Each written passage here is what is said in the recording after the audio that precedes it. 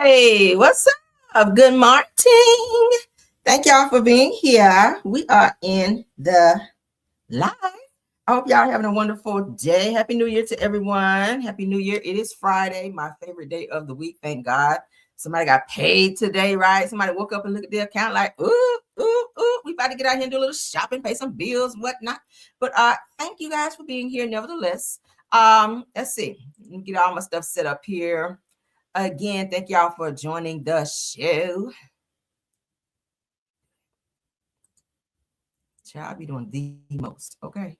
The absolute most. All right, let me get this set up right quick while my people still coming in. Thank y'all. Come on in, guys. We're here. We waiting on y'all just a little bit. We waiting on you just a little bit. All right, come on in. Come on in. Y'all don't forget to tap on that like button too, okay? Don't forget to tap on the like. I know sometimes y'all get excited when y'all come in and y'all forget. Please don't forget to tap the like. You know the show is going to be good. All right. We're going to get a lot of tea. We're going to get some laughs. We're going to get some music. Y'all can get all of that right here on this show. So go ahead and hit the like button. It's okay. I promise I'm not going to disappoint. All right. All right. I had to get that in there. All right. Let's get it on. All right. Okay, let's get it in. How y'all doing? Let's go ahead and speak to everybody. I see Lana Thomas is here. Good morning.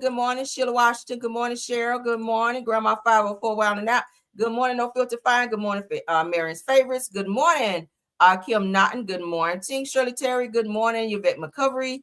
Cupcake Mamas. Good morning, Big Steak. Good morning, Felicia. Good morning, Truth. Good morning, Henry Lee. Good morning. Good morning, Denise Slay. Good morning. Good morning, Shirley Terry.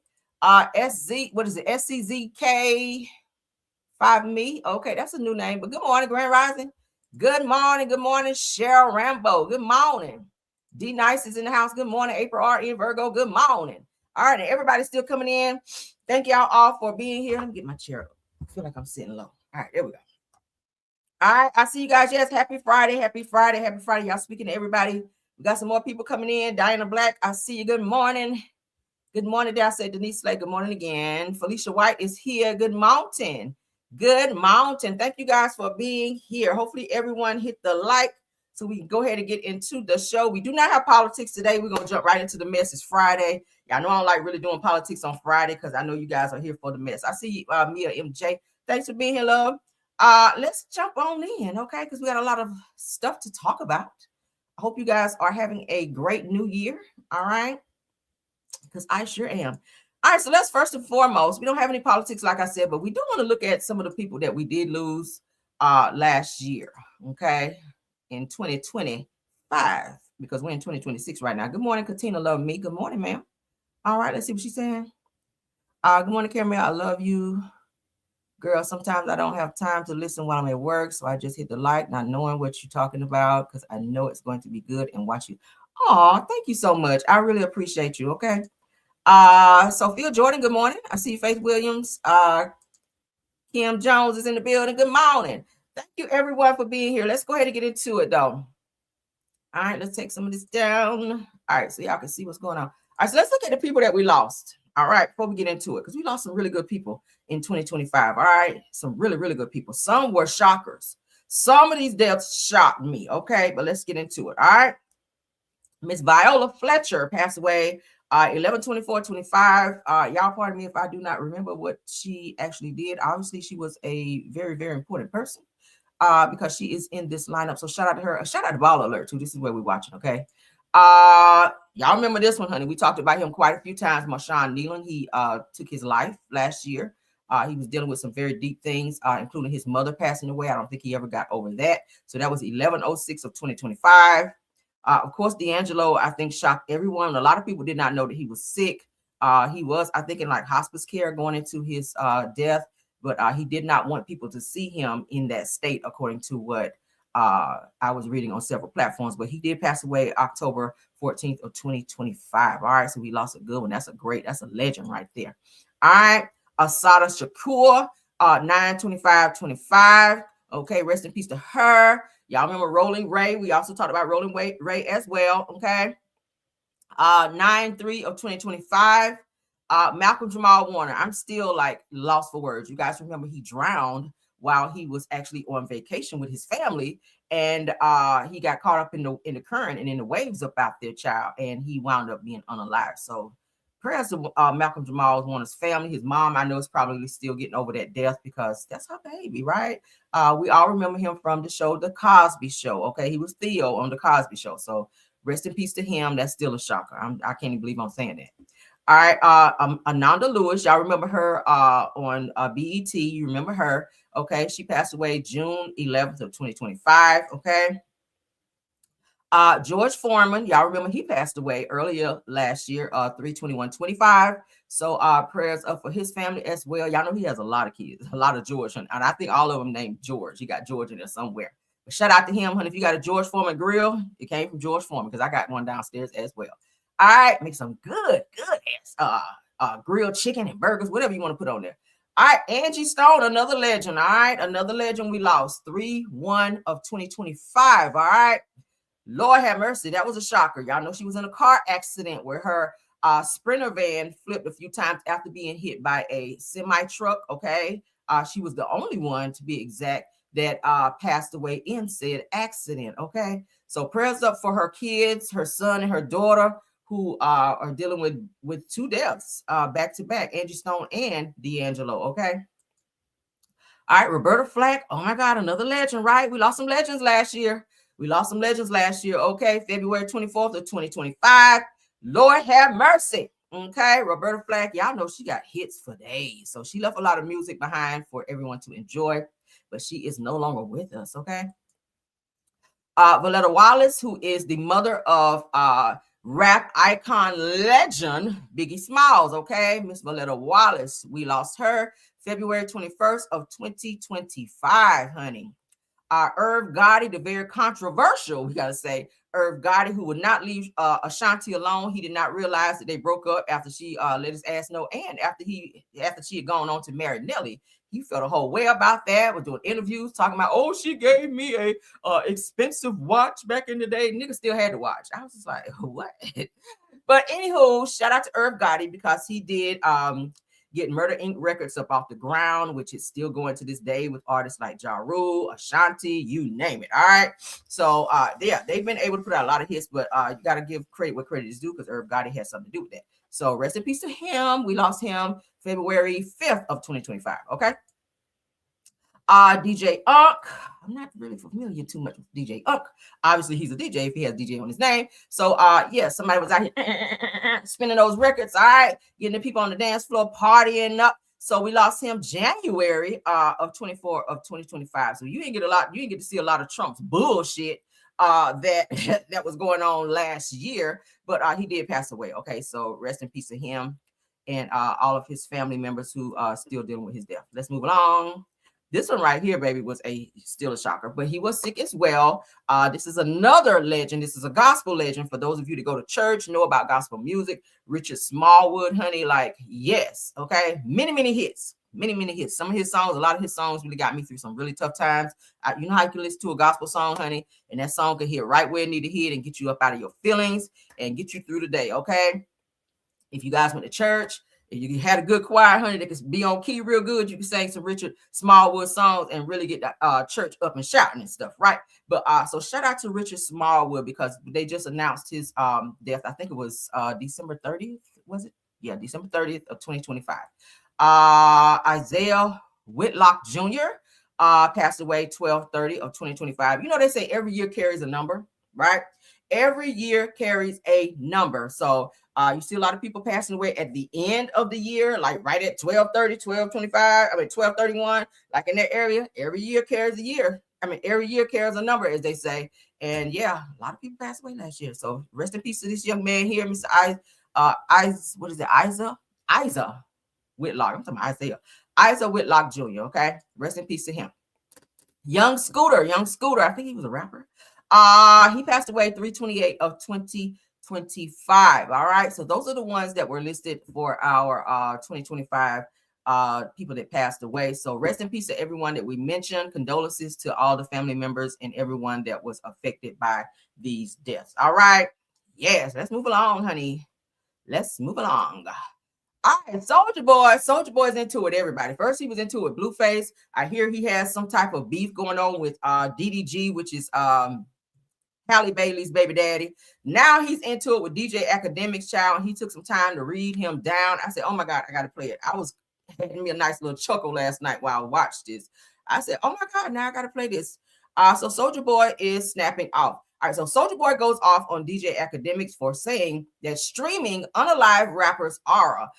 It said that you fat hot dog eating biatch said that punch you in the stomach and pork chops falling out your arse. Okay, let's get into it. He is funny as hell. All right, let me put my trigger up, even though I know it, just for the sake of, child, just for the sake of, because his mouth is a little reckless, but it was mad funny, so I'm gonna share it. All right, let's get into it. Let's get up on the screen.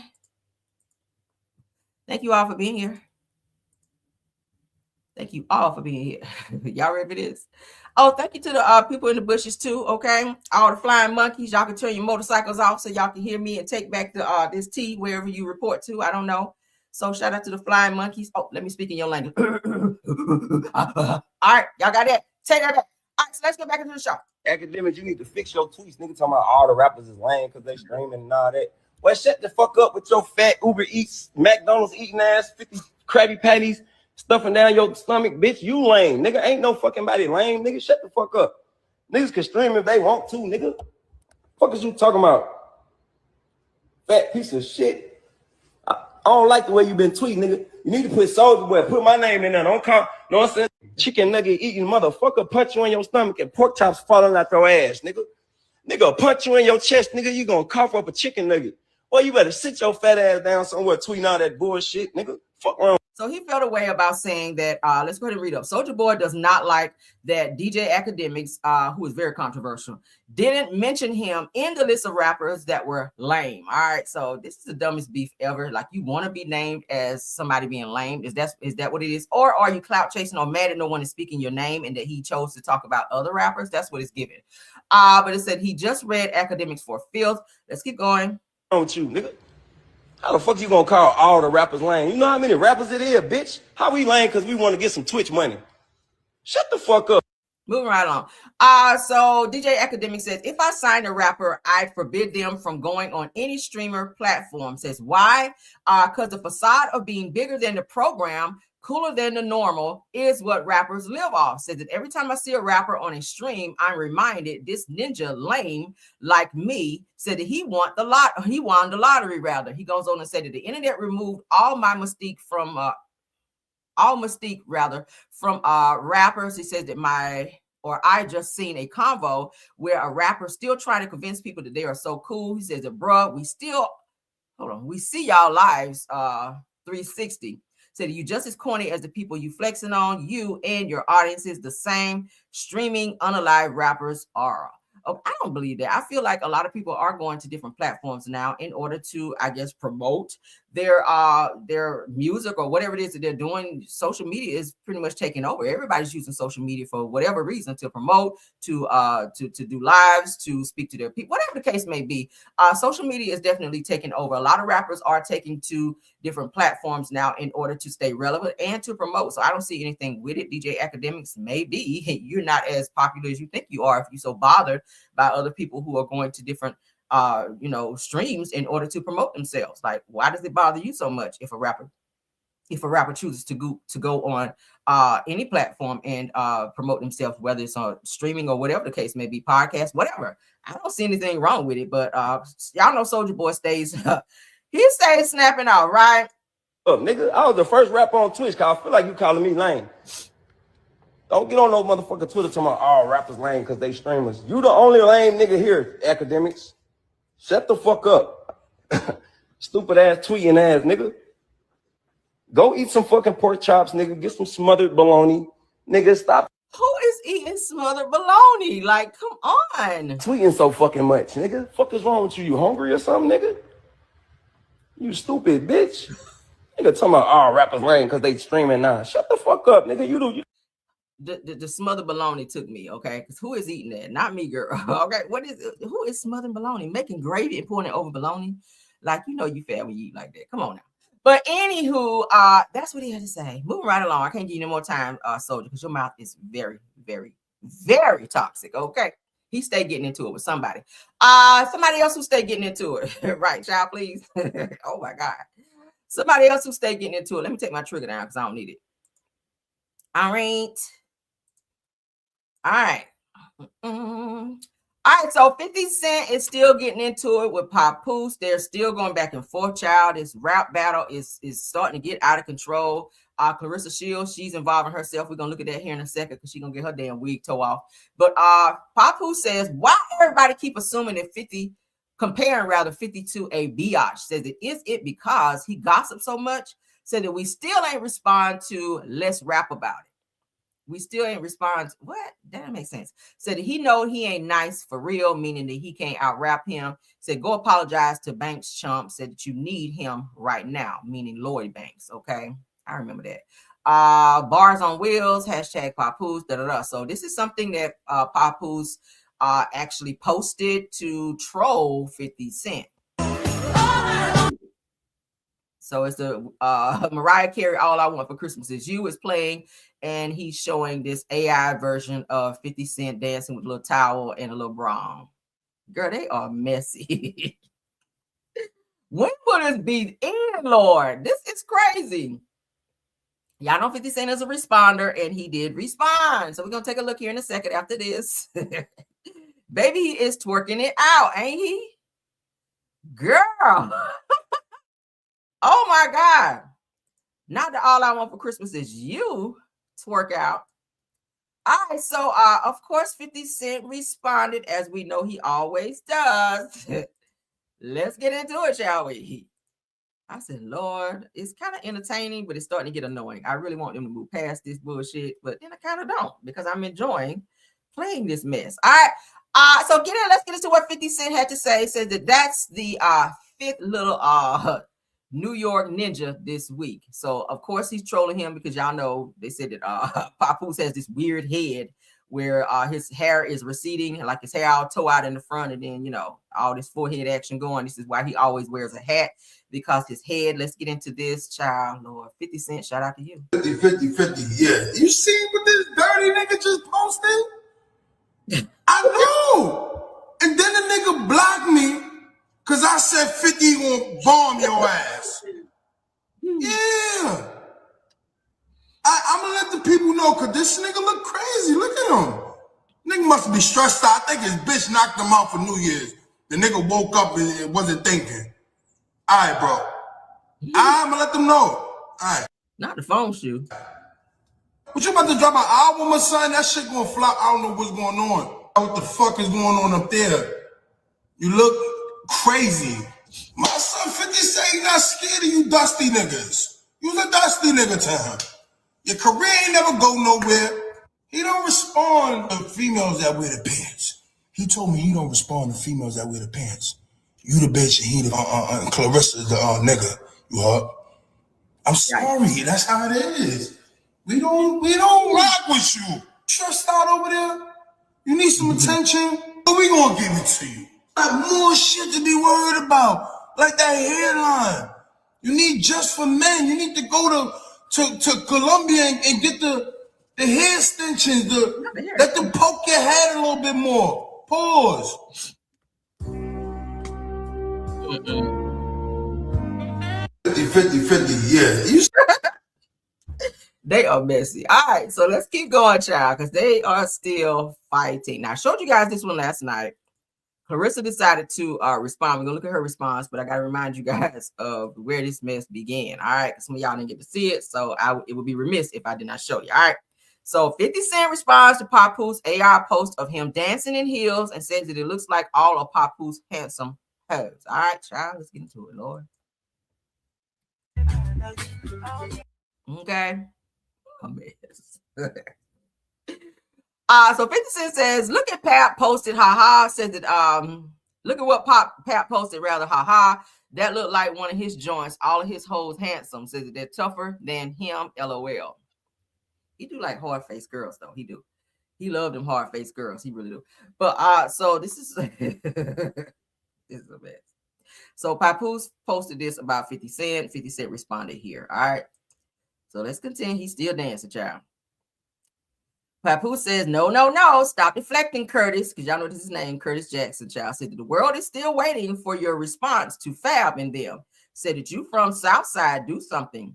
Said fight or flight. Holler if you need a ghostwriter. Champ says, I mean chump. All right. So hashtag bars on wheels. Hashtag Papoose. All right. So 50 responded with this, and baby, this took me out. Okay. I don't know why they don't ever understand that they can never out troll 50 Cent. 50 Cent is gonna always clap back, and the shit gonna always hit different. So let's get into it. Some of you guys remember from last night. Shout out to Ball Alert. This is what 50 Cent responded to. Says, see, said now you see that that's assault. Said that you can't just go around putting your hands on people. LOL. Happy New Year. Let's get into it. Everything I did for you. I did it because I love Now, this is from a movie. This is supposed to be Clarissa talking to Papoose. All right, here we go. you. Don't you felt the same way about me? Me? Love you? Bitch, you got to be crazy. I use you. You're a toy, bitch. A freak. You get your big country, greasy ass back to the country where you belong. I'm gonna kick your ass. Get Jesse, bitch. Everything I did. Baby, I said last night, as soon as he tell her I'm going back to Remy, he gonna get a slap just like that. But that was a response, child. So let's continue. Oh my God. All right, so Clarissa Shields jumped in. I don't know why she's doing that. Why you jumping in their mess, baby? You should have stayed out of it. Now 50 Cent about to come for you. And I'm gonna be scrolling through the internet streets today to see what his response is, because I know he's gonna have something to say about your hard-faced ass. But anyway, Clarissa Shields pops in Papoose's comments reacting to his post about 50 Cent. Shout out to J Views Daily. As you guys can see here, Clarissa Shields, that is her post. She says in reference to 50 Cent, his pit bull head ass started it. Okay, so she is helping Papoose clap back at 50 Cent. I'm pretty sure by now 50 Cent has seen this. Do I need to add him just to be petty? I don't know. But anyway, so he will be responding, I'm pretty sure. And when he does, we will have it up right here. Say, y'all, I'm screaming, not pitbull head ass. So that was a little funny. But yeah, let's move on. Let's move on, girl.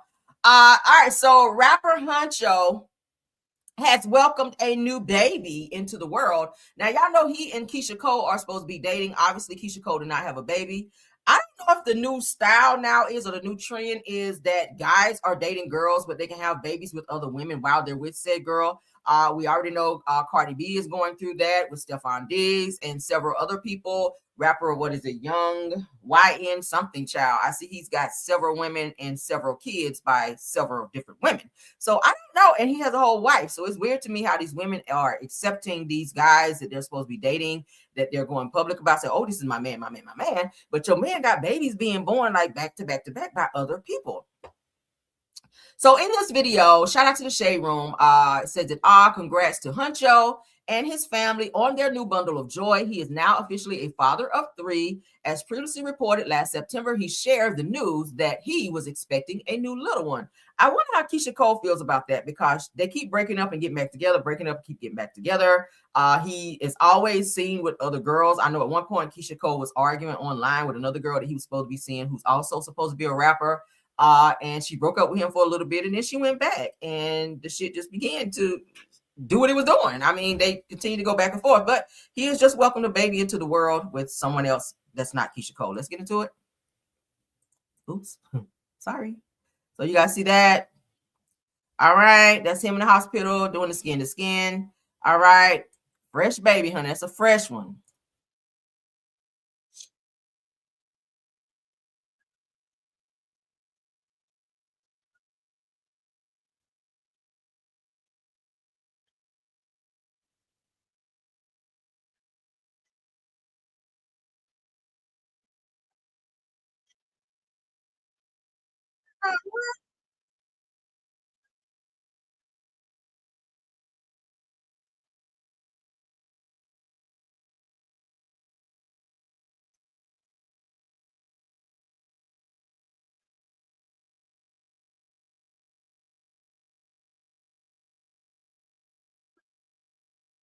You know you are a crazy ass narc when it come out of your mouth. And it just fly out like it's just nothing that you are a mass manipulator. When you could say that you are a mass manipulator and you can control anybody, he's got some serious deep-rooted issues. And these women continue to fall for him. I don't think he's fine personally. I just think he's a nigga out here with some money who's able to pull women and talk that slick shit to them and make them do whatever he want them to do. Keisha Cole obviously is one of those weak ones. I like your music, Keisha, but I'm sorry, I gotta be 1,000 out this morning, girl. You are weak because you allow a nigga like Huncho, who is ugly as hell. He's much younger than you. You are way older than him, which means you should be way wiser than him to allow a young nigga to come in and speak that crazy shit to you, play the hell out of you publicly, have babies on you, and disrespect you in the way that he do, and you keep running back. You on stages crying over this nigga like, girl, no ma'am, get it together. Huncho is no one to be crying over. No ma'am. Like, these women need to wake up. I don't know. These women are so unwoke, and I know that's not a word. Y'all are so unwoke nowadays, some of you, where you allow these stupid, brainless ass individuals. They're supposed to be men. I can't call them men. They're supposed to be men because real men don't act like that. Real men don't treat women like that. You guys could not see it. My bad. Sorry. Y'all know I get into it, child, and I'll forget. My bad. All right, let's go back. It's no problem. We can always go back. All right, so here it is. Here's the picture where he is showing his baby, saying Happy New Year. He brought a new baby into the world. My bad, guys. All right. He's now a father of 3. Okay. I'm pretty sure all 3 babies probably from 3 different women. Okay. Allegedly. Also, let's continue. He's showing the skin-to-skin action here. All right. The baby was born, I guess, or this is around 11:25 that night. So how many kids you got? I got I got 2. I got 2 and 1 on the way. Oh, congratulations. Yeah, congratulations. You like being a daddy? Yeah. No, that's real, Huncho. What sign is your boo? Sorry, y'all. I don't even know. What month is her birthday? You don't know? October. So she's probably either a Libra or what else is or a Scorpio. Or a Scorpio. Mm-hmm. Okay. Men with money. Sometimes they like women that don't have money so they can control them a little bit too. I ain't like that. No. Mm-mm. Okay. All right. I control anybody. You can control anybody. I'm a mass manipulator. I knew it, Huncho.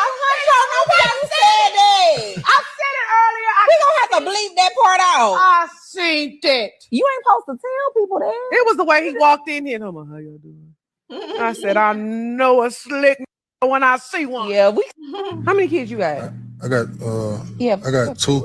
Yeah, child. Nowadays, it's a flex to have a bunch of kids by a bunch of different women with no commitment whatsoever. And a lot of these women, they fall for it, child, just for the sake of being able to say they have a man. And that's very, very sad. It gives low self-esteem and it's very low vibrational. Let's continue on, though.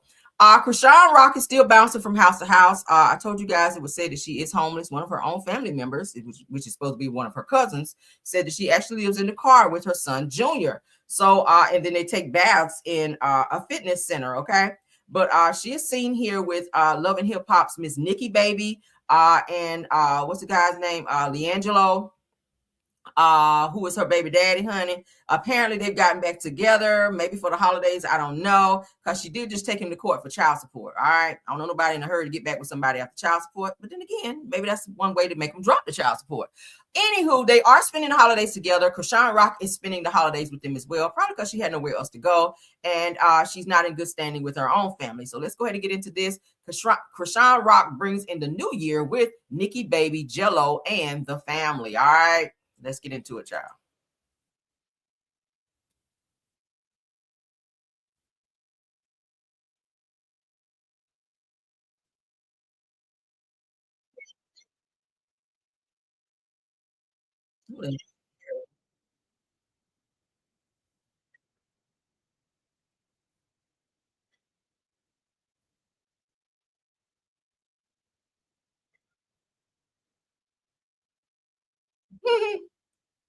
All right, hold on. Did I not share again? What the hell wrong with me this morning, y'all? I'm sorry, y'all. I don't know what's going on with me this morning. All right, let's get into it. Gee. Krishan Rock is with Miss Nikki Baby.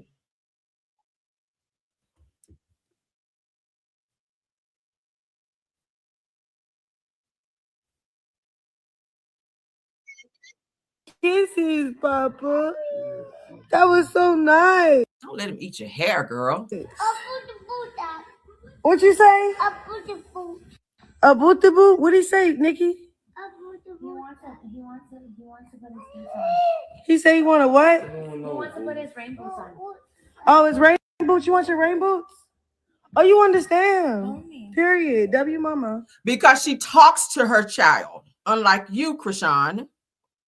Unlike you, Krishan, who just throw your baby in a freaking stroller and talk to everyone else. When you talk to your children, they will talk back. Okay, that's just what they do. You're not gonna come. Listen to you. Yeah. Krishan, right? You're not gonna come. Krishan. So she's telling Krishan, honey, she about to go get them little boots for her baby. She's telling Krishan to come with her because, baby, you do not leave your baby. You do not leave your man around no woman, especially Krishan, honey, because you don't know what's gonna happen when you're out of his sight. Because she know LeAngelo is a damn cheater. He already done stepped out on her ass and had a whole baby with another woman and married her. So she's like, child, not again. I'm not about to leave my man around another woman like that. I'm about to go get these boots. So she's telling Krishan to come with her while she go back to the room to get them damn boots. What y'all think about it? What's up, yo? So yeah, I really hope she gets established and find her somewhere to stay. It's crazy to me how you have money for all these thick chains that you wear around your neck and all this jewelry, but you won't, spend any money towards, even if you get a 1-bedroom apartment, that's still a roof over your head for you and your son. So it's crazy to me to be living in a car when you are on TV, like what on the Zeus network over there fighting and carrying on, you're earning a check. I'm not sure why she will not get her a stable place to stay, and you're bouncing around with everybody. At one point, she was staying with Ray J. Remember, I told you guys, and he wound up putting her out because he was saying, "Hey, my house is fucking nasty with Krishan here. She got stuff everywhere." So, she was living in a house with some roommates. That shit didn't work out either. She got kicked out of Blueface house. He put her out, sent his daddy over there to throw all her stuff out, and she had to leave from there. So I don't know. I don't know what's going on with Krishan Rock, but I really hope that 2026 bring some new clarity for her so that she can finally get herself together, because this is starting to be annoying, right? But let's move along. All right, Tyler Perry is getting some grief, honey. Y'all know he's facing his second or third lawsuit now, sexual assault lawsuit. I just showed you guys in my video last night where his accuser came forward to talk about the text messages that were shared most recently, where it was said that the young guy was asking Tyler Perry for some money for some type of dental work or some type of medical something. He was saying, "Hey, I'm in dire need of this money. Can you help me?" But a lot of people saying, is Tyler Perry the new zaddy out here? He lost a little bit of weight. Fans are saying that Tyler Perry is out here looking fine. Do you guys think so? I mean, I think he lost some weight. Yes. Do I think he's giving zaddy? I don't think that. I'm gonna be honest with you. I think that he do like men, but it is what it is. If that's his preference, okay. I keep saying though, I really wish he would come on out the closet and just be who he is. I don't think that nowadays that by it being 2026 now that people gonna be like, "Oh my God," I think we know already. Okay. Again, with the whole Madea character, with his mannerisms, everything about him from all the lawsuits and things we keep hearing about Tyler Perry, people saying that he approached them in a certain type of way, and most of, if not all, of these accusations are coming from men. So live in your truth. You don't have to sneak around and be touching booties and grabbing crotches and shit like that. If that's who you are, honey, come out, be who you are. Look at Queen Latifah, honey. After she did set it off, honey, she ran out here and showed her girlfriend, and they got married. She's a married woman to a woman. Okay. They adopted a child. They're living as a married lesbian couple. So it is what it is nowadays. You can't tell a person how to live their life, but I feel like Tyler Perry is definitely fighting some demons to where he feels he can't live out his life to where he wants to live it, because in 1 minute he want to preach and be all saved and being pulpits, giving out large sums of money and talking about God, and then in the next minute we're hearing about lawsuits of him touching people's crotches and spooning with guys and grabbing people's booties and shit like that, and then trying to pay people to be silent. So I mean, you got to do all that if you just come out and be who you are and just say, "Hey, it is what it is. This is who I am." Boom, right? So what do y'all think? But let's get into it. Let's get into what a lot of people had to say. Shout out to the Uncut. So this person says that y'all don't do Tyler, child, LOL. Another person said, yeah, no, like he is not the new zaddy. They are not feeling that. They said, "I see Mabel Simmons, honey." Y'all know that's what he goes by, Mabel Simmons. So they're not seeing him as being this fine, virile man, as they call him, okay? He is not a good man, Savannah. He is not. So this next person says, "I just see Madea Jr., honey." Madea Jr. It says that it's totally giving Pastor Eddie Long tease. Hold on, how y'all get that out of that picture? Let me go ahead. Oh, the tight shirt. Yeah, the tight shirt do give Eddie Long tease, because y'all know Eddie Long will preaching some shit like this right here. He get up there behind the podium on a good Sunday morning, child, where people up there shouting and carrying on with a shirt on just like this, a tight workout shirt. Very inappropriate. But anywho, not Eddie Long, no. Said that black socks and white sneakers, said all I see is Madea. This other person said that's Madea. So nobody's really seeing him as this strong, like I said, virile man. Like, oh my God, he is so fine. I've never heard nobody say, oh my God, Tyler Perry is so fine. Like, do anybody think that in the chat? Not to down him in any way. But let me know, do you guys feel that Tyler Perry is just this fine man that, oh my God, you know, if I saw Tyler Perry, you know, I'm gonna be hearing him trying to give him my number, or, you know, I'm already have my drawers off and I'm gonna ball my drawers up and give them to him so he can put them in his pocket. You know, some of y'all be nasty like that. But anyway, I don't see Tyler Perry as that. Okay, I don't know. But anywho, let's continue. This story right here, I definitely wanted to share it because this lady here, her life is very interesting in terms of the things that she went through and where she is now. I definitely wanted to share it, right? I said that he would feel so much better standing in his truth. Yeah, D-Nice, I keep saying it. He just need to live in his truth, baby. Everybody already know the cat is out of the bag now. I don't know why you're still trying to hide behind this, you know, persona of who you want to portray, but we see it, baby. We see it, okay? The way you hold your mouth. I don't know no straight men to hold their mouth like straight men don't hold their mouth like that. That's some bitch shit right there. When you part your lips like, They don't do that. They don't do that. But anyway, shout out to Love You More Show. Let's talk about this. All right. So they say I've interviewed a lot of people, but this conversation stopped me in my tracks. This lady's name is Danielle Williams McCord. Didn't just survive trauma. She survived church hurt, sexual exploitation, addiction, and near death, and still found her way back to God. They said that this is not gossip. This is redemption. All right. Let me put my trigger up because some of the things that we're going to be talking about here may be triggering for someone in the chat. So we want to make sure that we make you guys aware. Let's get into this because baby, this is deep. All right, let's go.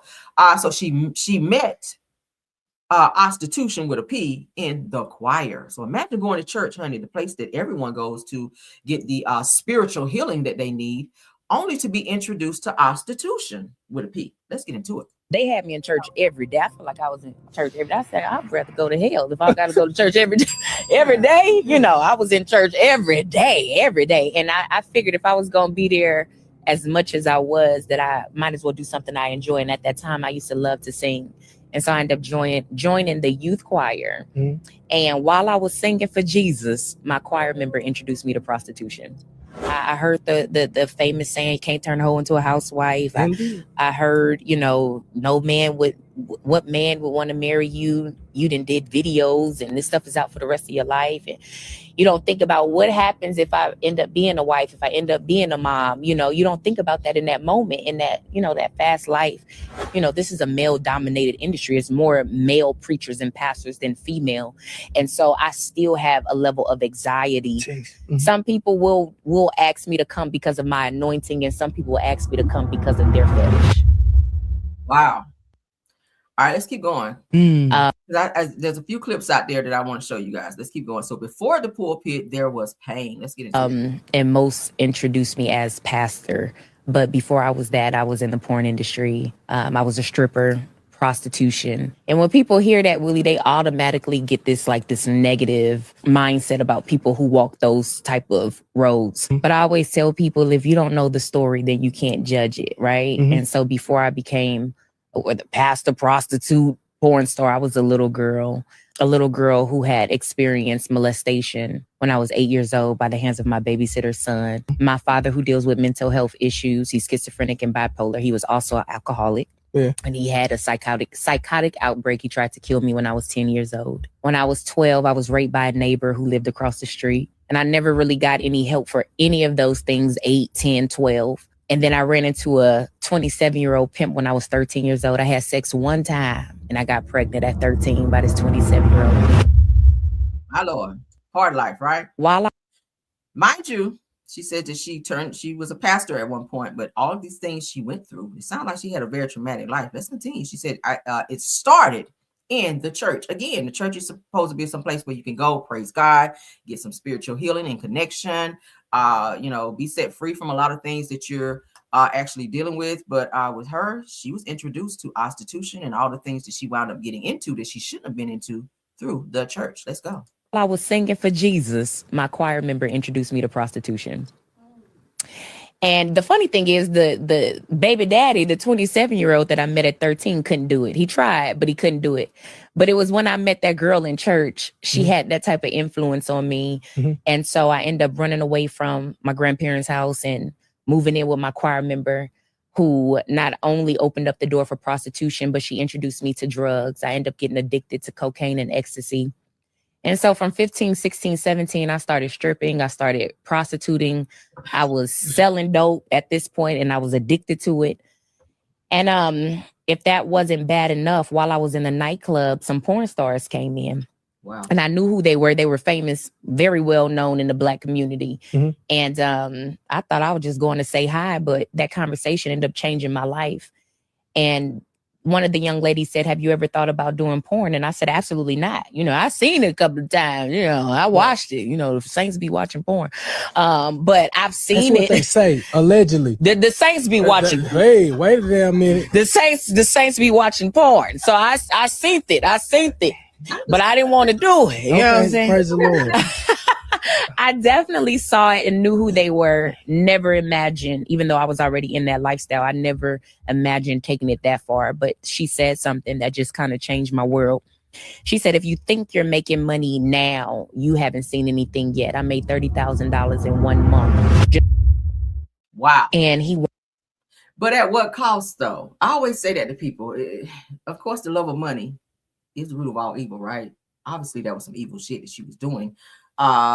Taking in all these spirits in your body. Of course, when you're sleeping with all these people, you're injecting all these spirits into you, including some other things that you probably have to go to the clinic for. But it sounds like since she was very, very young, this girl, like I said, she's had a lot of traumatic things happen to her. And the drugs and the prostitution and all of that, where she ran away from home to stay with this girl who introduced her into that lifestyle. It's a lot. What do y'all think about that? Just because you made $30,000, girl, you're gonna spend every bit of that at the clinic getting rid of shit, sleeping with men that you don't even know. Crazy, right? Let's get into it. She says here, "I thought I was going to be unalived."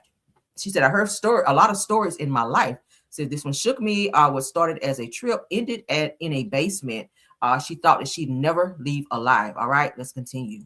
Wined and dined me for the first couple of days, and then after that, things just kind of took a dark turn. And he ended up taking me to this old abandoned house. And he took me in a basement. Now, I'm from Cali. We ain't got basements. I had never even seen a basement before. And so when he took me, it looked like a dungeon. It looked like something out of a horror movie, you know. And he took me down there.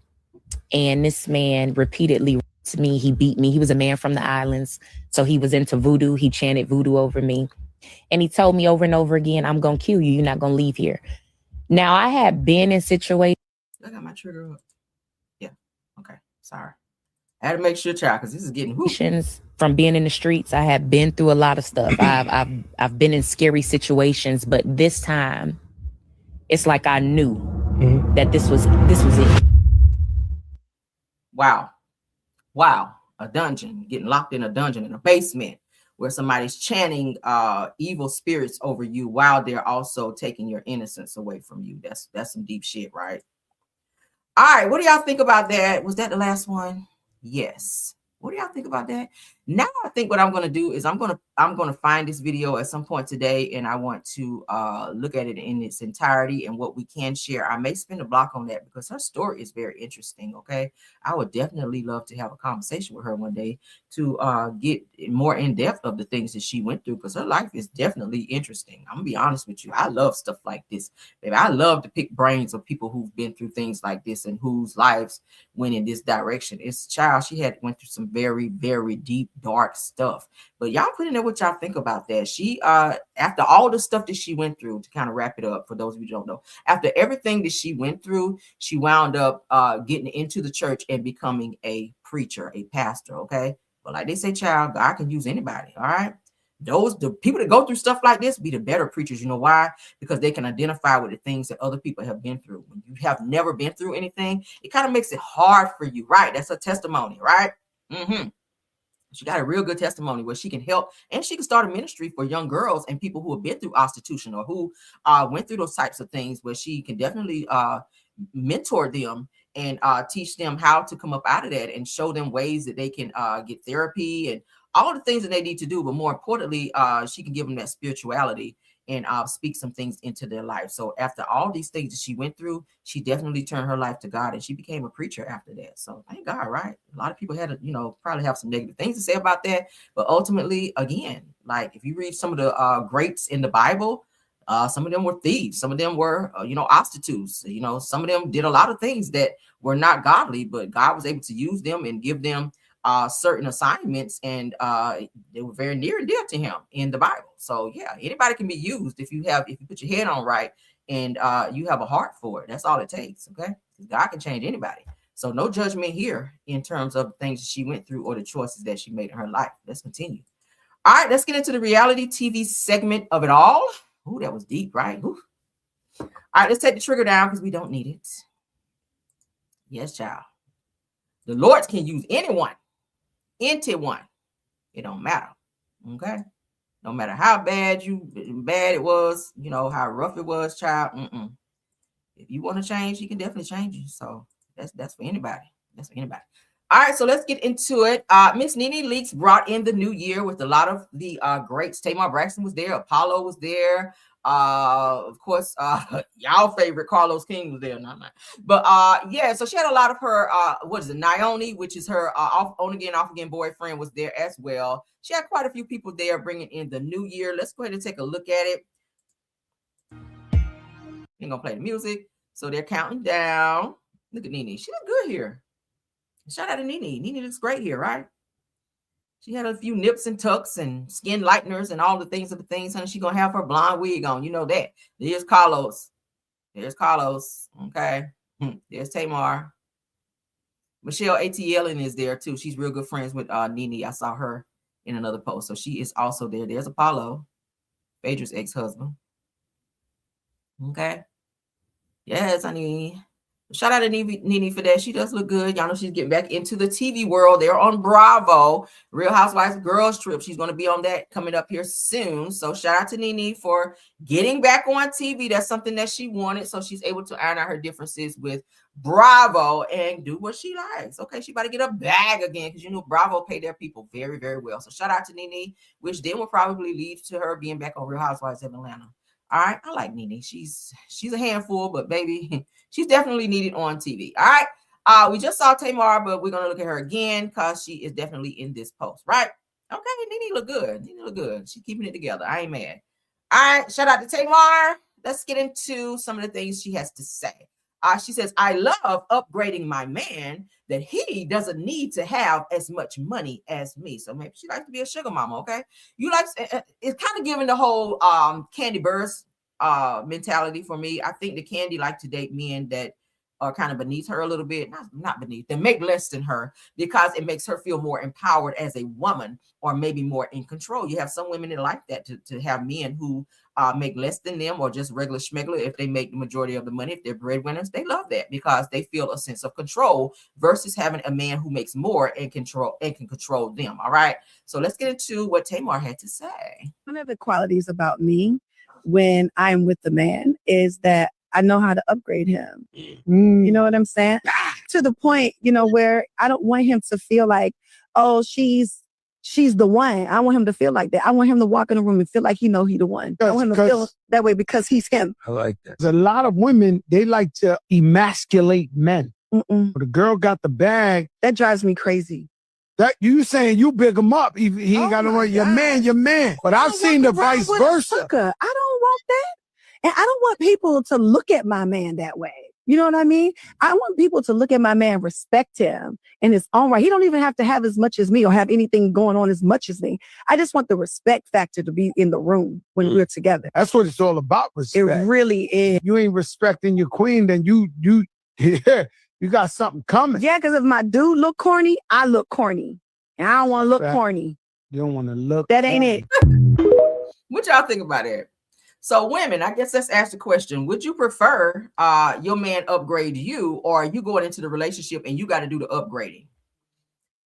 I don't think I'm to that point to where I feel like I got to be with somebody that I got to upgrade to my standards. Again, I don't like to date down because I I like things. I like to live a certain type of way. So anybody that I meet, they got to match my fly. I'm just saying. You got to have some shit going on. But then again, you have some women who don't mind that. They don't mind upgrading a man. They don't mind going out and buying this nigga a car. And when you found him, he didn't have no car, no place to stay. You don't mind moving him in with you and putting a little money in his bank and kind of being like a little sugar mama, so to speak, because that makes you feel like you wearing the draws in the pants in the damn relationship. Hey, if that works for you, it works for you. Not so much for me. I prefer one come in with their own, and what you bring into the situation is extra, and then we build some shit together, right? That's just my mentality. I'm old school with mine. That's just what I think. But ultimately, nowadays, a lot of women now, as I said before, and I'm gonna keep saying, they're tired of waiting on men to step up to the plate and do what they need to do. They're taking the initiative. They're dropping down on one knee and they're proposing to the man. They're going out here and signing mortgages with boyfriends with the prospect of them being a boyfriend, and they're bringing nothing to the table. They're putting down the down payments. The man ain't doing nothing but moving in. They're buying the wardrobe. Like, I don't know. I just can't. Because it's always a price to pay in that situation in the end. I mean, they're going to feel like, okay, you've taken care of me all this time. So if and when we go our separate ways, I need alimony, and don't mess around and have no kids. Okay. They're going to fight to try to take the kids so that they can go ahead and double that up and get child support. Okay. Well, we go share custody of the kids. The kids going to be over here half the time. You're going to be over here. So you make the most. They need to have the same lifestyle. So I'm going to need you to shoot me some money up over here. That type of bullshit that I don't like. Because I feel like this. If you're a man, unless you get full custody of the kids, then I feel the other parent should pay child support. But I need these men to stop this bullshit of out here harassing women to pay them child support, alimony, and all this. You a man, you able-bodied, get your ass up and go to work. A man that don't work don't eat. I'm sorry. I can't. I cannot. Like, stop chasing these women down, thinking that a woman should take care of you if shit don't work out. Tamar, I feel like your interpretation of what it means to be in a relationship, because all of your relationships have sucked. From the first one you were in, where you had a nigga knocking your head between the wash and dryer, which is why your ass is crazy today. Then you got with Vince, and rumors are that there were some things there. You dated Birdman. He won't doing shit either, but what he's doing right now. It's given a pattern of behavior. You have a certain type of men that you like, and now you're into the mindset of, oh, let me take care of my man. I don't mind upgrading my man. Where when you were just in a relationship with Vince, it was said that you didn't have to touch your money at all because he took care of you fully, unless you wanted to touch your money. Okay, so how you get used to that to then getting into, oh, I'm gonna take care of my man and give him everything? What the hell? What mentality do we have nowadays, women? Let's stop that. The hell? But let's move on. We don't want to stay on it too long, girl. All right, let's get into this. Y'all are getting ready to gag. Okay, y'all are getting ready to gag on this. So this preview, let's go ahead and share before bitch forget, because y'all know, child, I get to talking and I get hyped and I be like, oh my God. So let's get into, we ain't talking about Maurice and Kimmy in a minute from Love and Marriage Huntsville. So we're going to get into that because there has been a clip released. It's pretty much all over the internet now. So we're going to talk about it here. Love and Marriage Huntsville's Kimmy and Maurice Scott. They're sending this preview. Shout out to TXT, the show. This preview from Love and Marriage Huntsville. They said that Huntsville had us doing a double take because did Maurice Scott really say that he grew up learning that a man can lay down more times than a woman can stand up? See, this is the type of shit I'm talking about with them Scott boys.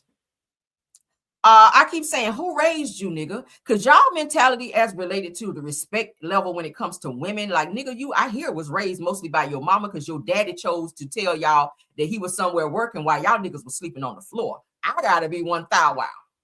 Because ain't no motherfucking way, and I'm sorry. No, I'm not watching my mouth this morning with this. Ain't no fucking way that your husband gonna tell you he pulling all these double shifts down there at the car place down there in Detroit. And y'all motherfuckers ain't got no food, clothes, like Maurice and Marceau talked about. They grew up poor as hell, sleeping on church benches, but your daddy working all this overtime and you don't never see the nigga. Then when he do bring his crusty Batman built ass, what's the thing off Batman? When he do bring his ass around, y'all bigging him up like he was the best daddy in the whole world. Like, he did not teach y'all to be men. Y'all just talk shit to women. Y'all, Kimmy, you get treated like shit, and I do not feel bad at all. I do not, like, continue to stay there and deal with the shit because that's your karma. You should have been with Maurice anyway. That's exactly what your ass get for marrying him, because your damn biological clock was damn ticking and you couldn't turn the shit off. So you married his sorry, bald-headed, biscuit head ass. Did I go too far? I ain't done. All right, and you married his ass, and he treats you like shit when you went through your little cancer situation. Now he's sitting here talking crazy to you. Let's get into this clip, all right? Because now I'm mad. In your mind, you really think that most women are able to just sexually perform several times a day, every day? I heard coming up that I can lay down longer than you can stand up. Oh, who told you that? I mean, it's a saying I heard coming up. Oh, dear. What does the plan look like based on what you guys have shared today? Because Kimmy needs more time and connection and those things. It's not gonna happen, Doc. Why are you saying it's not going to happen? That's the space. But that's the space. That's why we're here. Is that what that's what you're that feeling? energy, Like if we when he says that, Let's that's find out why. frustrating to me. But he said it because for a reason. it's a negative thought, and it doesn't perpetuate positivity in that space. Like, what is wrong with Maurice? First of all, the nigga's supposed to be a deacon. I told y'all that before, right? And the nigga's supposed to be an ordained deacon. Did y'all know that? Maurice Scott is an ordained deacon. Who would think? Because all the nigga think about is humping around like fucking Bobby Brown. All right. I've never in my life seen a person who's supposed to be an attorney, who's supposed to have his own business. Like, why do you have this much time to be laying on your back all fucking day, asking Kimmy that you want to give you SEX 3-4 times a day? Working people don't have time for that shit. They don't have time for that. Kimmy, girl, if you don't soon wake up, you are older than Maurice. Like, how long are you going to stay in a situation and have all these therapeutic counseling sessions where you are explaining to the therapist that you are in a fucked up situation that you got yourself in when you should have let him go back to his wife, Kiowa? They were trying to work shit out and you got your ass in the DMs, thought you was doing something. The nigga was sleeping on a whole couch when you met him. He had nothing. Like Whitney Houston said, I have nothing. The nigga had nothing. Fucked up your hairline in the back. You still let the nigga stay. I'm sorry. Them your whole Renge code. That hoe. Fuck.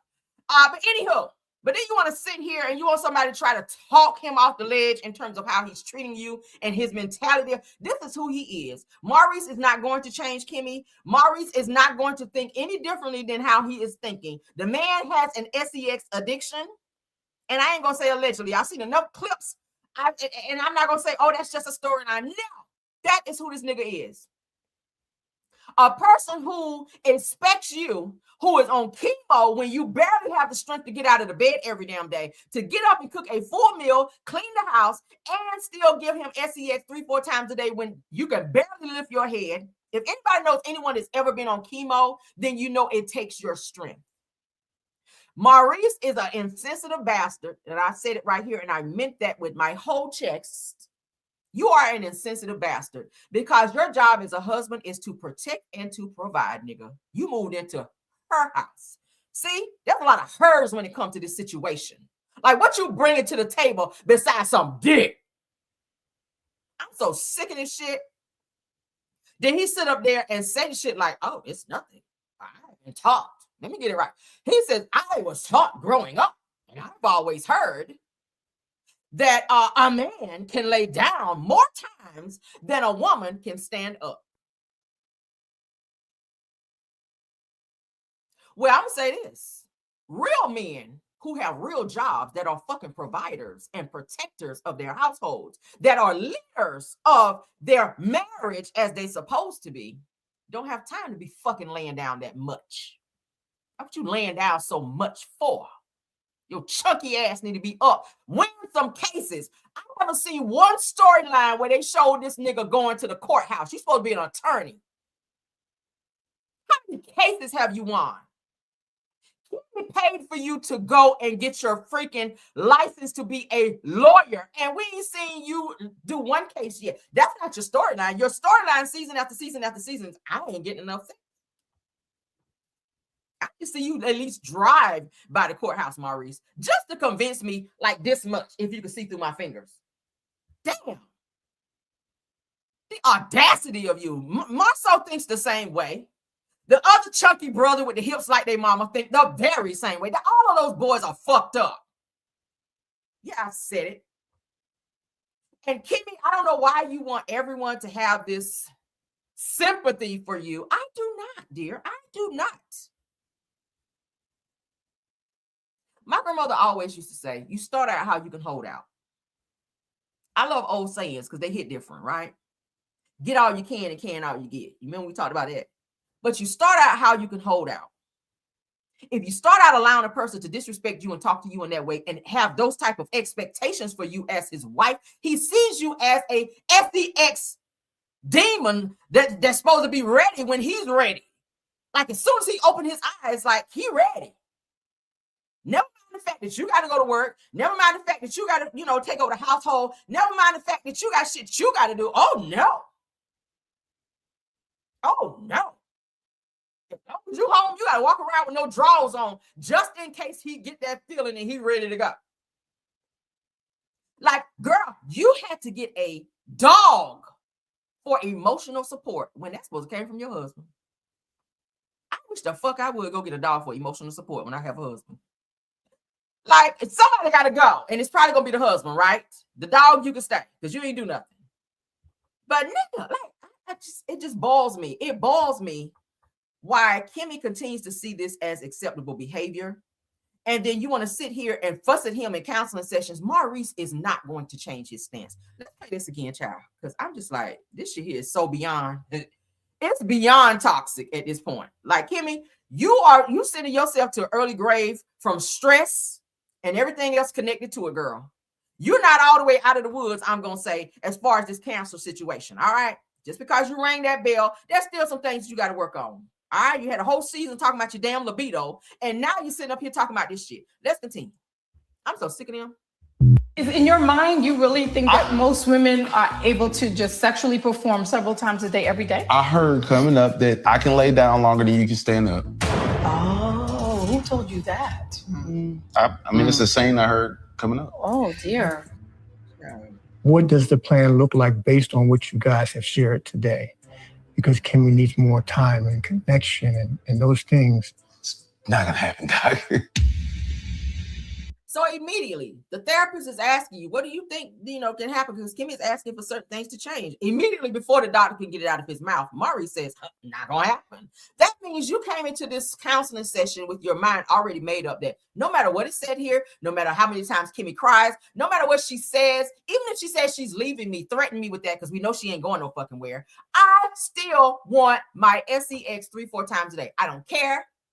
That's just what it is. Okay. Maurice, it sounds like, I'm be honest with you, because you trying to fuss at Martell in that episode about that whole Shan interview with he and Ariane, where they were saying there was some threesomes and all that. I'm willing to believe that shit might have really happened. Just given the mentality of Maurice and how he thinks. Okay. Marceau is kind of secretive when it comes to his life in that way. We already know they all dogs. But Maurice, he don't hide his. And the simple fact that Kimmy continues to stay and think that this shit will get better is so laughable. Kimmy, you use all these big words like you are just a thesaurus. You are a walking thesaurus. But when it comes to you applying some of that knowledge to yourself and realizing that the situation you got yourself in, baby, somebody who just had to be married, you had to be married. Like you chose someone just so you can say that you're married and you're miserable. It's all over your face, baby. It's all over your face. Your demeanor. You're walking it. You're talking it. Every time you see Kimmy, she look like she's aging another 5 years behind the bullshit that she's dealing with Maurice. All to say that you are Mrs. Scott. His ex-wife is Mrs. Scott still too. Did you know that? His last name is still Scott. So you still didn't do nothing but get the man. And you got the fucking headache as well. The headache came with, you got the total package when it came to Maurice. Absolutely. That was not a flex to say that you took that man from that woman. That was not a flex. Because look at what you're dealing with. And again, that's your karma. Let's continue. Why are you saying it's not going to happen? That's the space. But Maurice says that. Who said right? It's a country ass. That's the space. That's why we're here. That's what you're feeling? Energy. Like if we when he says that, that's frustrating to me. But what you gonna do about it since you're frustrated, Kimmy? You're gonna continue to stay, and when Maurice tell you to turn over and take it, like he told your ass before, that's what the fuck you're gonna do. Because if you don't do it, Like you said, he be out 3, 4, 5 o'clock in the morning and you just go to bed. You know where he is and what he's doing. You don't go look for him because you're letting him cheat in peace. You conditioned yourself to allow your husband to cheat in peace because you can't keep up. Your libido is baroque. Maurice married an old bitch.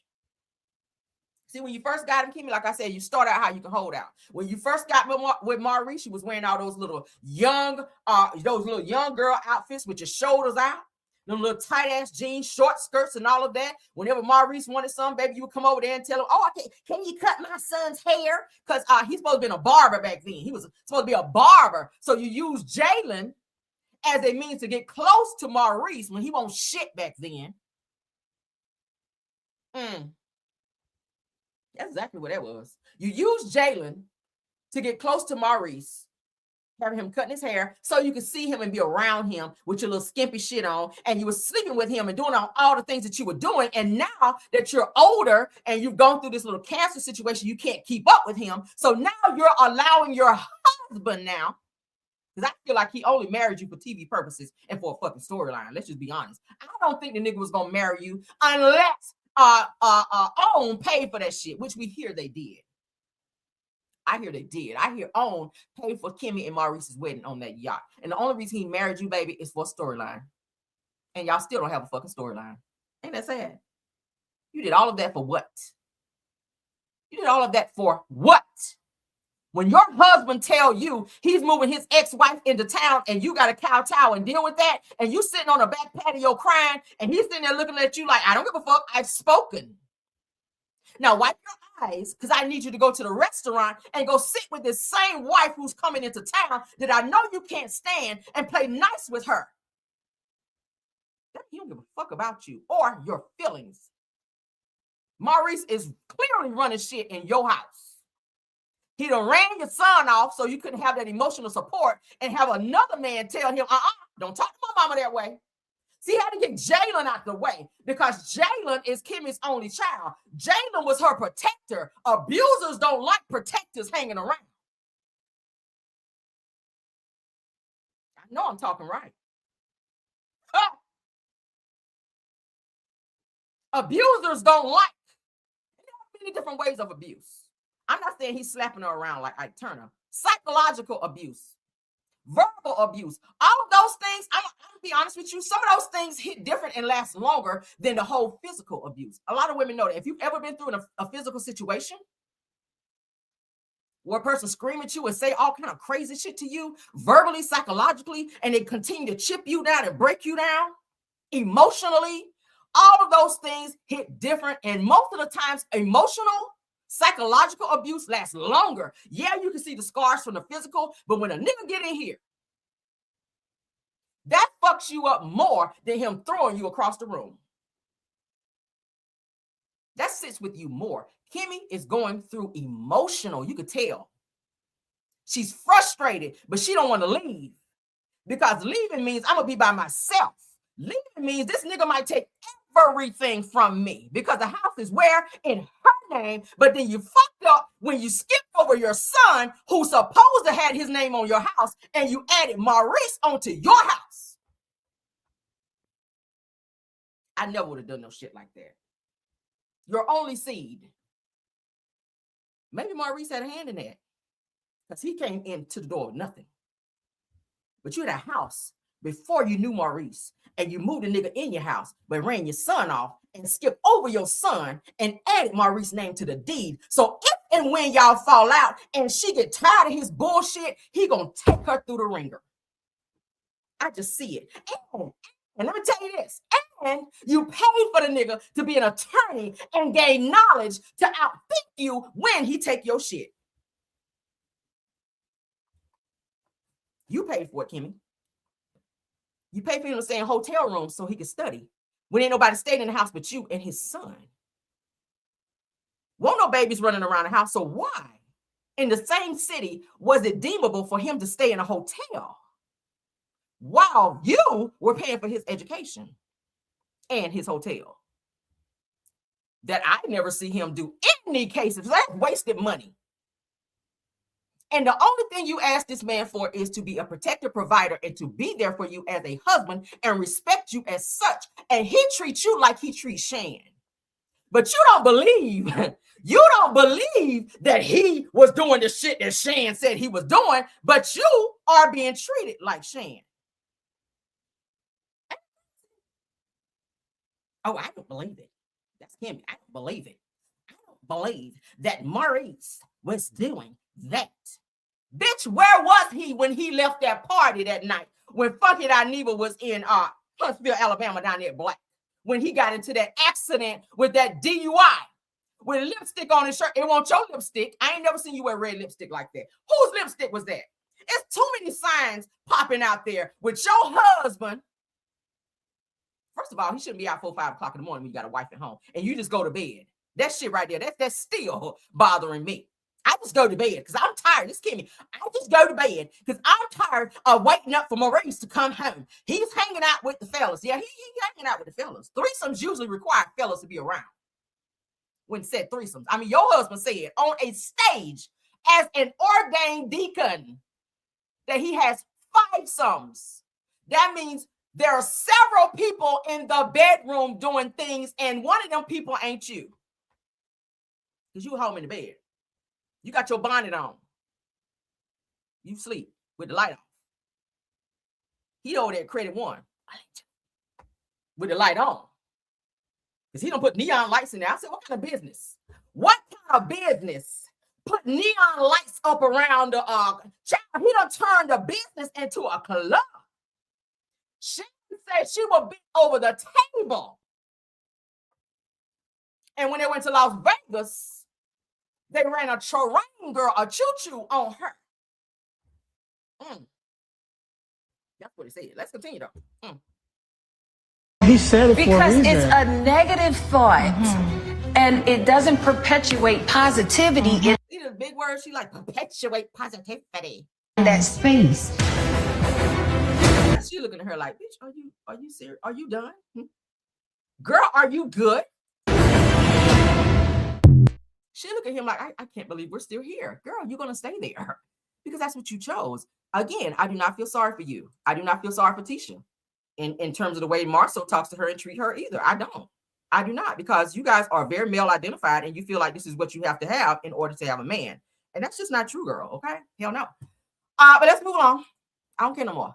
Another person who I feel allowed their husband to talk crazy to them, and the fact that he would even say this, I got to see some respect in order to respect you. Give me something to respect if you want respect, okay? I get it, this whole talk of, oh, the man is the leader of the home. The man is the head of the house. The man's supposed to be the head of the house. But when you act like a bitch-ass nigga and you don't give me nothing to respect, fuck out of here. All right, shout out to Braxton Family Value fan page. Let's get into this.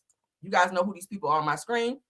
None other than Rashida and Kirk. All right. Kirk says, check this out. Kirk Frost recently said that a woman who submits in marriage will always have a husband because no relationship is perfect.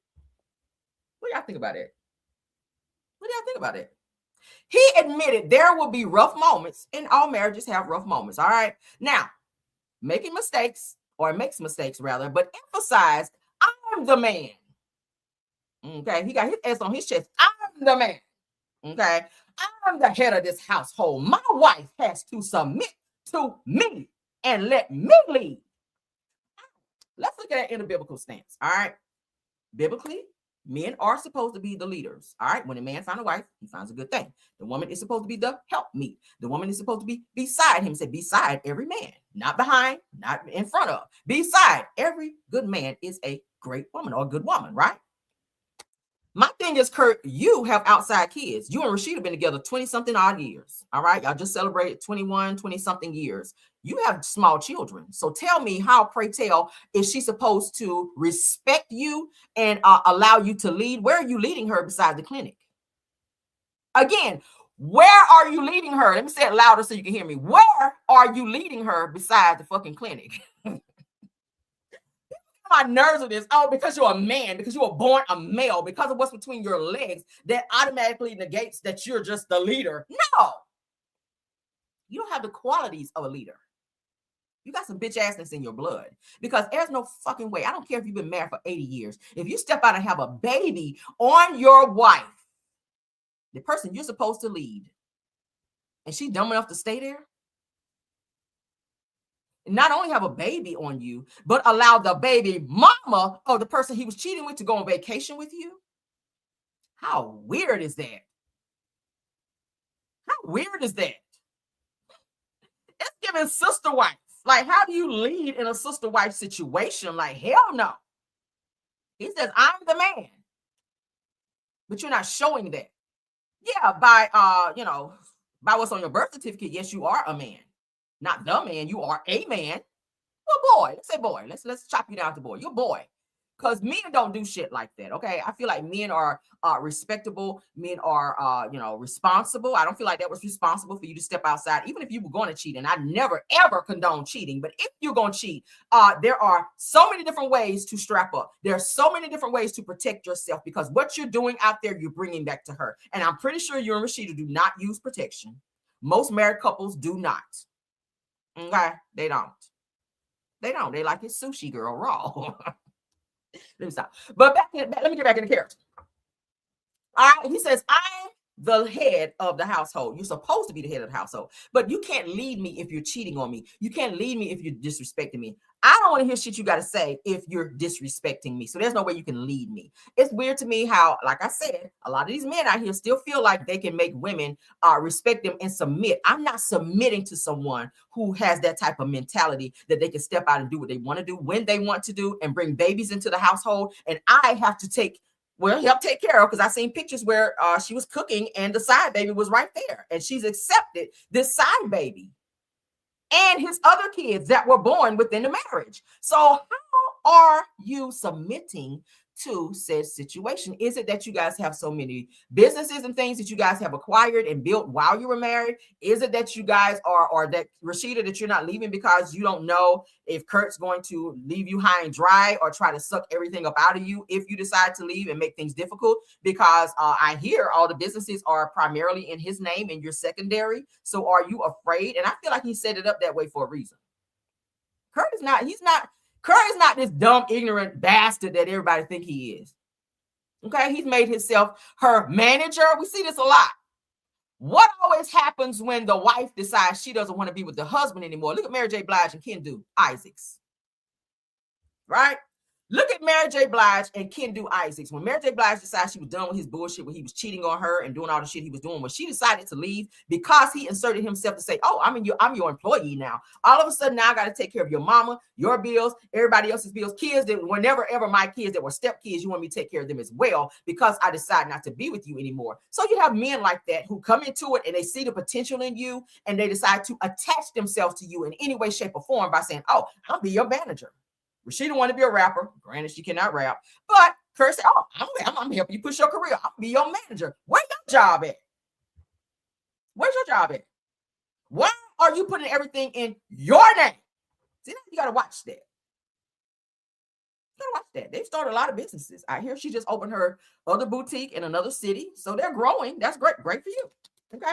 But at the end of the day, is it worth staying in a situation like that to acquire things and be disrespected publicly? Because I think everybody that's watching this on the outside looking in know that I feel like Rashida and Kirk have an open marriage.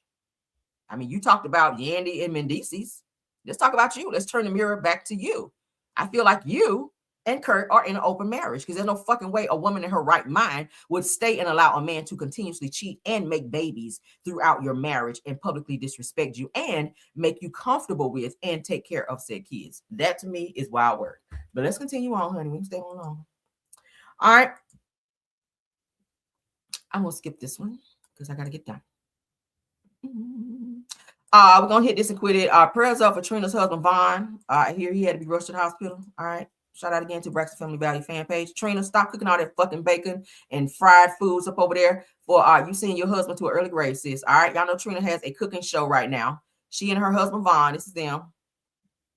He's a bastard too. I don't know where she found him. with his lying ass. I didn't even know who Tony Braxton was. Nigga, everybody knows who Tony Braxton is. All right, like stop it. Breathe again. He wasn't man enough. Like seriously, don't tell me you've never seen a Tony Braxton video and you did not. Tony Braxton was her sister. Like hell, she used the same background for Tony. So you gonna tell me you've never seen Trina Braxton singing background for Tony Braxton? That you did not know who Tony Braxton was or that they were related? Stop it. Let's get back to it. So prayers up for Vaughn, which is Trina's bastardized husband who talks crazy to her as well. She's another male identified one. Ever since that whole situation with her niece, where she was pretty much taking up for her husband who was doing some inappropriate shit with her niece, and you took up for your husband versus being there for your niece. Trina, I had to clock out on you, baby. I ain't got no more minutes for you. I have no more for you. But in this regard, I do have a heart. So we're going to say prayers up, child, because Vaughn had to be rushed to an emergency room. They said on yesterday due to some breathing issues and some heart complications. All right. Stop eating the way you're eating. Trina, you're not making healthy meals for your husband. All you guys do is fucking eat. Trina, ever since their sister Tracy passed away, Trina said she went through this depression where all she wanted to do was eat and drink. All right. Nothing wrong with having a cooking show. Maybe add some more healthier cuisines rather into your dishes that you're making for your husband, because baby, that's not healthy. Every time I see them, it's fried this, it's fried that, something loaded with gravy, something loaded with a bunch of cheese and shit, baking or baked goods or something like that. This man be sitting there eating plate after plate after plate while Trina's on there cooking on live. And you wonder why your husband is being rushed back and forth. And we saw that on the show. For those of you that watch Braxton Family Values, their show, he had to be rushed to the hospital at Tawanda's wedding because he was having some heart issues then. You definitely gonna have to change that, Trina, or you're gonna be on husband number 2, or you're gonna be a widow of husband number 2. Okay.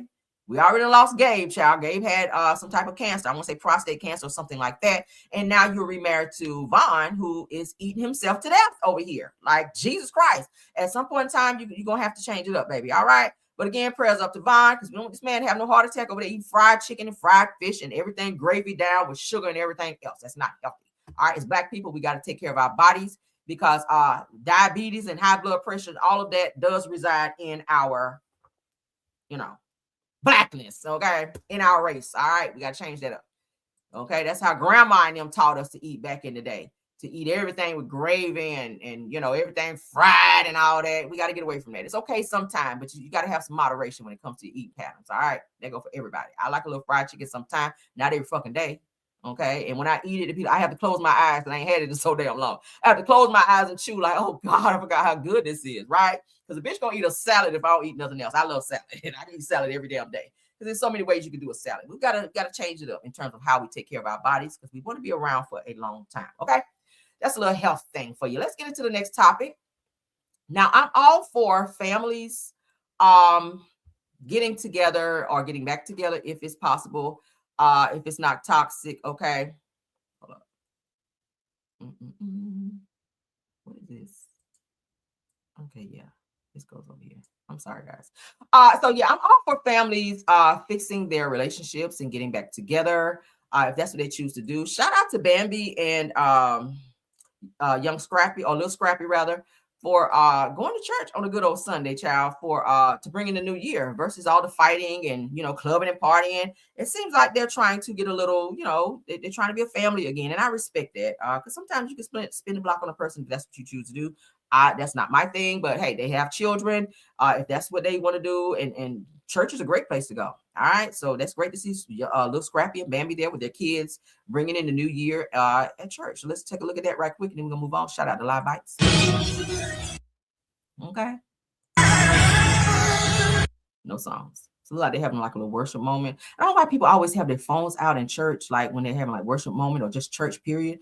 I never understand that. Put your phones down and engage and pay attention to what's going on. Like, church has become a production now. It's so sad. People can't go to church and just like have a real moment and praise God and just like, if you want to get into the whole, worship and, hallelujah and all that type of stuff. You got somebody with a whole camera in your face and can't wait to post it on some type of social media platforms. Church has become a production now versus actual church. But shout out to them for being in church. They have their children there. Look at Scrappy. Phone up. Recording. Put your phone down and pay attention. You should be the first one with no phone, like really paying attention to everything going on. But shout out to them for being in church. That's a real moment, okay?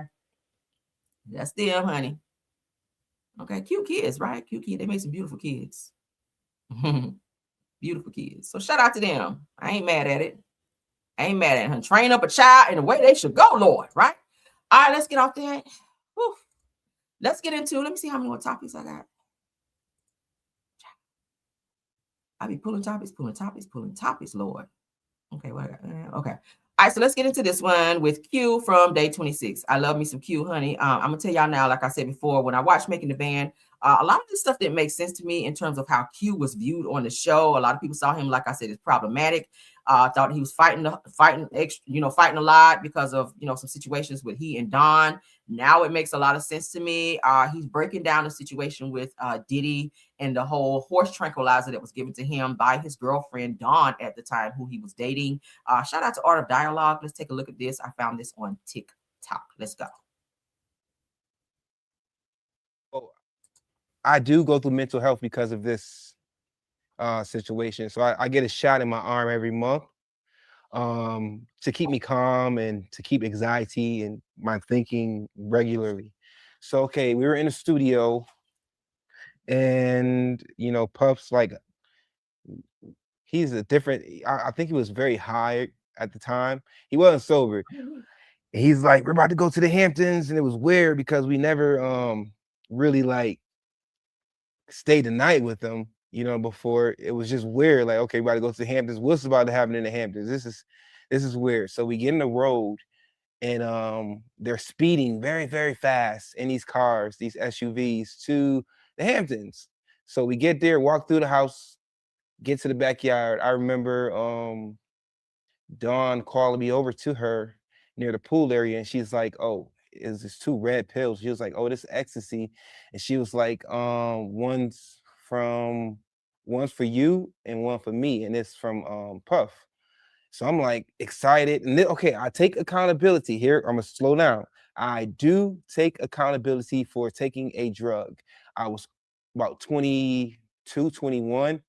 I was young, but I take accountability, you know what I mean? Because I had a choice. I couldn't have taken that, you know what I'm saying? But I was insisted that it was something that it really turned out to be something else. So I thought I was taking something, and I trusted my girl at the time, because I'm like, yo, we about to get freaky. That's what X does to me. It keeps me up. When I tried it before, it doesn't put me, I'm going to the story, it doesn't put you to sleep, you know what I'm saying? It's like an upper thing. So I take the pill. I took mine. I didn't see her take hers. I take mine. About 20 minutes later, I know we were like chilling. I'm in shorts now because we're in a jacuzzi. So we're in the jacuzzi. I get really, really, really hot. It was Puff in the jacuzzi, Cassie and Dawn and me. I believe it was Kalina and her husband. We were all just in the pool area. And I get really, all the free golf participants, really hot. I remember I started to panic all of a sudden and get paranoid on whatever they had gave me. So there's a video of me getting real paranoid, and I do take this back.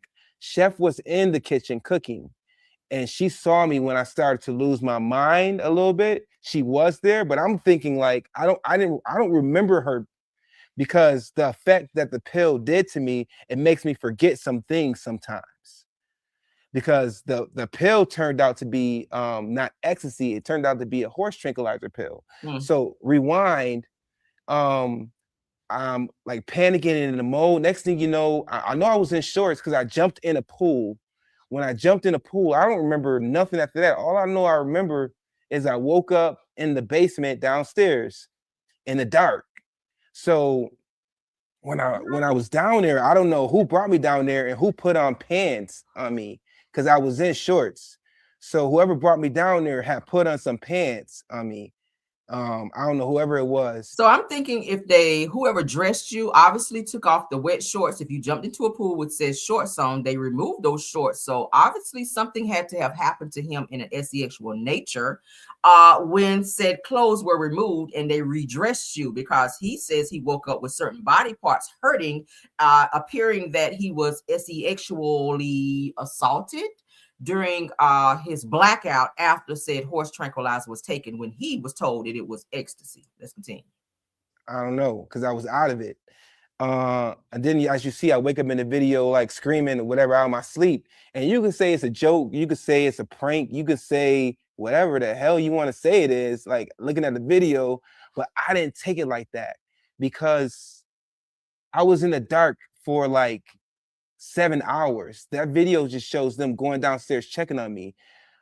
I got paranoid and really high and blanked out 7 hours earlier during the daytime. So I was down there all that time, and that's when you guys decided to check on me.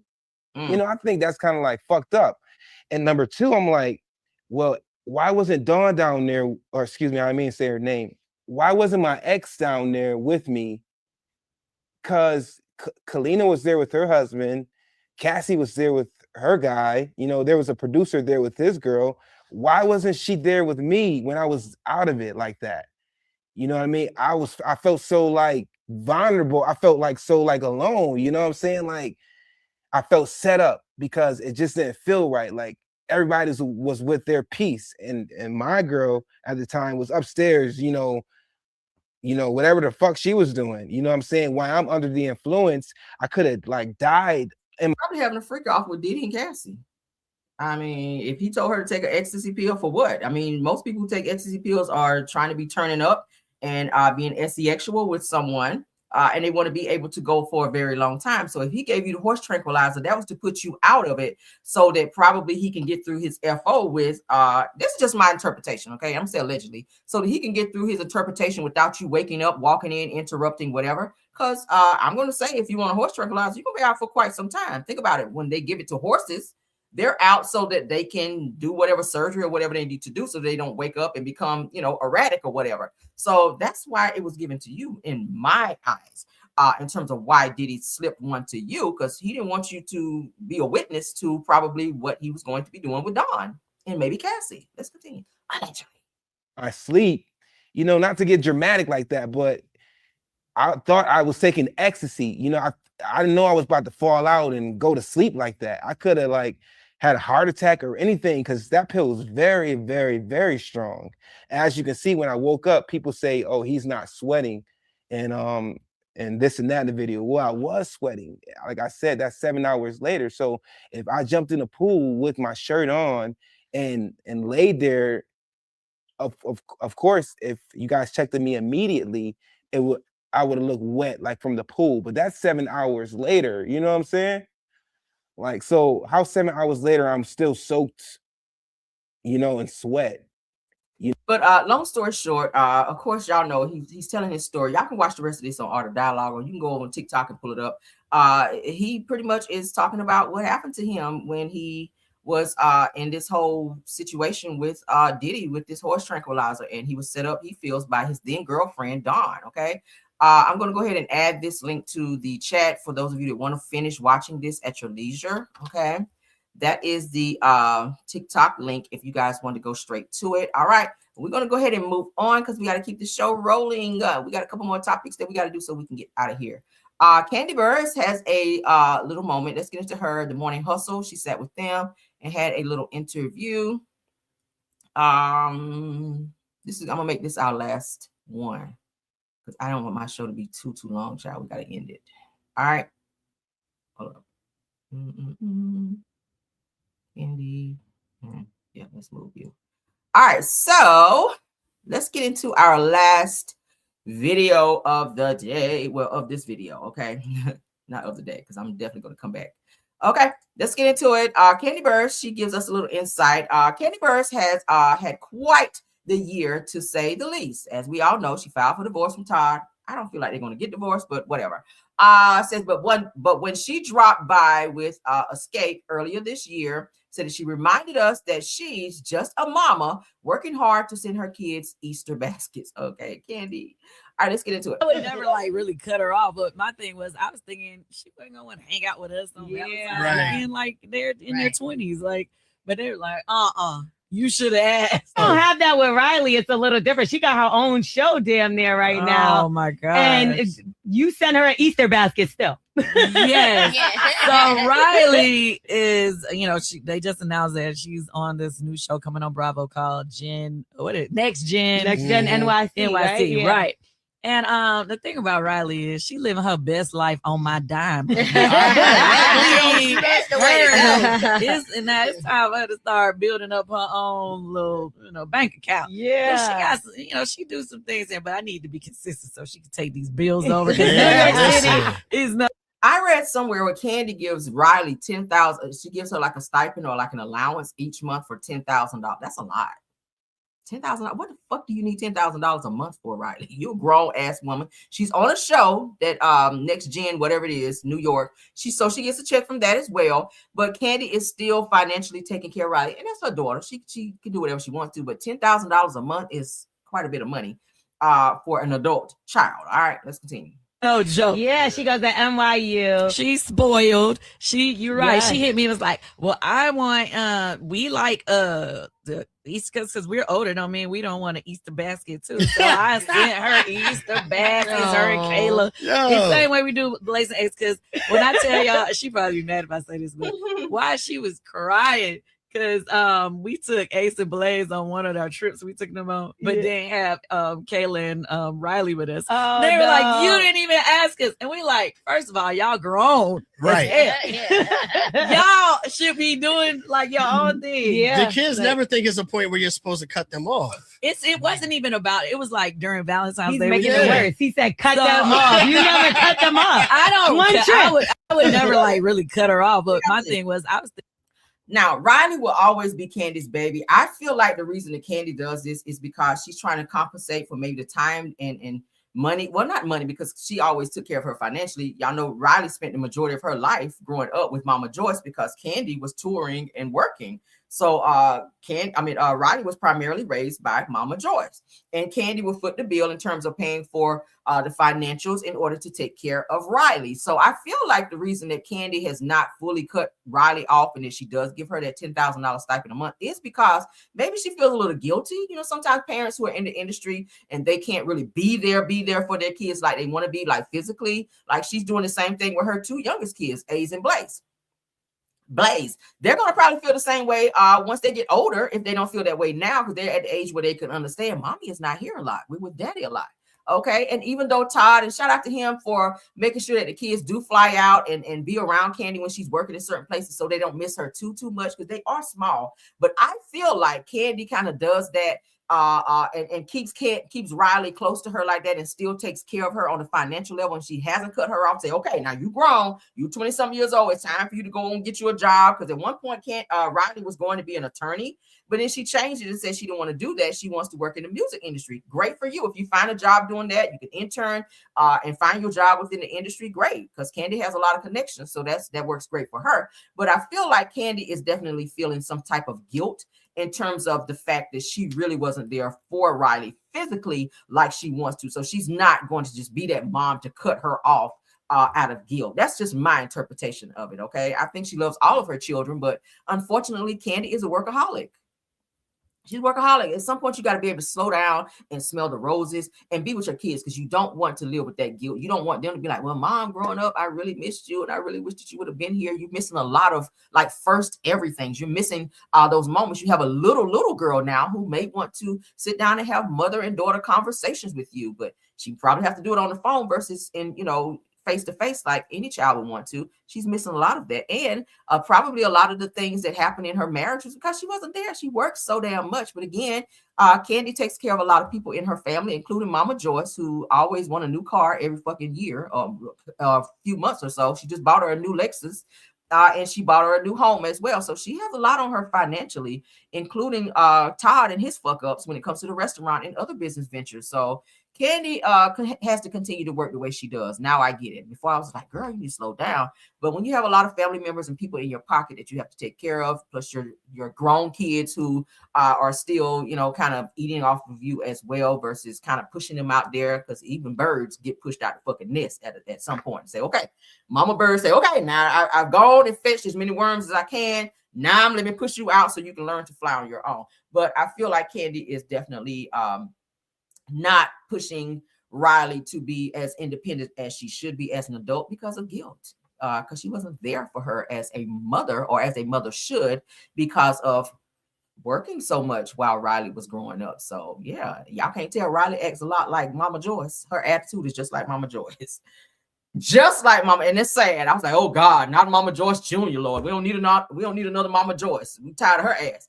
But what do y'all think? Go ahead and sound off on that. We're gonna go ahead and get out of here and say Mama Joyce also gambles a lot. Yeah, because I do remember at the reunion, Candy was saying that Mama Joyce was stealing checks and stealing her money and gambling away her money, y'all. She said that. I was like, oh my God, I can't believe you outed your mama like that on the show.